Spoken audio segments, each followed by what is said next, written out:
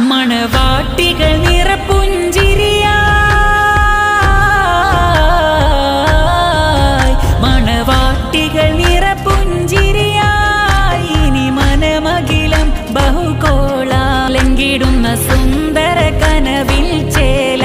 മണിയറ മധുരം നുകരാനായി ഒരുങ്ങി പതിയൊത്തുകൂടാനായി. ഇത് നൂറെ ഹബീബിൻ സമ്മാനം. മംഗല്യത്തിൻ തിരുനാള് വരവായി മധുവിധുനാള്. നൂറെ ഹബീബിൻ പെരുന്നാള് സമൂഹ വിവാഹം നാള്. ബാരക്കല്ലാഹു ലകുമ.